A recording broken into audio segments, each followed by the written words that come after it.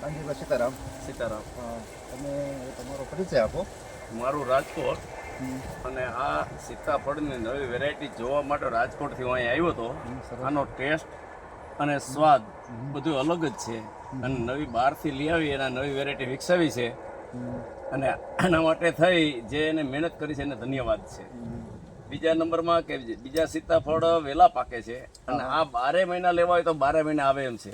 હા, બરોબર. એ આપણા ખેડૂતની આવડત હોવી જોઈએ. ક્યારે માલ લેવો છે, કેવી રીતે ઓફ સિઝનમાં લેવું હોય તો ફલિનીકરણ કરવું પડે, અને ખાલી સિઝનમાં લેવું હોય તો ફલિનીકરણ વગર પણ થઈ શકે છે. વર્ષમાં કેટલી અને વર્ષમાં તમારે 2 વખત લેવા હોય, 3 વખત લેવા હોય તો તાપમાં થોડુંક નેટ જેવી વ્યવસ્થા કરો તો તાપ થોડોક 5-10% કાપો તો ઘણો ફેર પડે. 2-3 વખત આવી શકે છે. અને આ વસ્તુ સીતાફળ ખરું, પણ આને કાપી તરબૂચની જેમ ખાવાનું છે. જે આ વસ્તુ છે એ ઓલા સીતાફળ જેવું નથી. હા, અને પેસી જેવું ખરું, પણ સ્વાદ આખો અલગ છે, પાઇનેપલ ટાઈપ જ.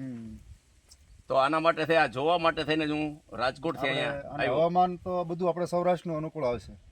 હવામાનમાં તો હવે શું છે કે અહીંયા જો સૌરાષ્ટ્રમાં થયું છે, ભાવનગરમાં જો થતું હોય તો સૌરાષ્ટ્રના કોઈ પણ ખૂણે થઈ શકે. હા, બરોબર. તો ખેડૂતને આ વિચારવા જેવું ખરું. હા, અને